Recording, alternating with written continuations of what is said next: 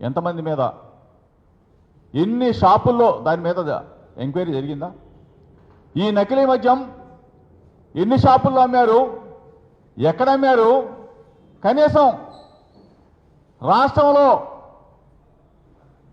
Brandy షాపుల్లో ఎక్కడెక్కడ ఈ మద్యం ద్వారా సరఫరా జరిగింది, నకిలీ మద్యం సరఫరా అయింది, బెల్ట్ షాపులకు ఎట్లా వెళ్ళింది, ఆ బెల్ట్ షాపుల ద్వారా ప్రతి ఇంటికి కూడా డోర్ డెలివరీ ఎట్లా జరిగింది అనే దాని మీద అసలు ఎంక్వైరీ జరిగిందా? అక్కడ మీరు దాడులు చేశారా?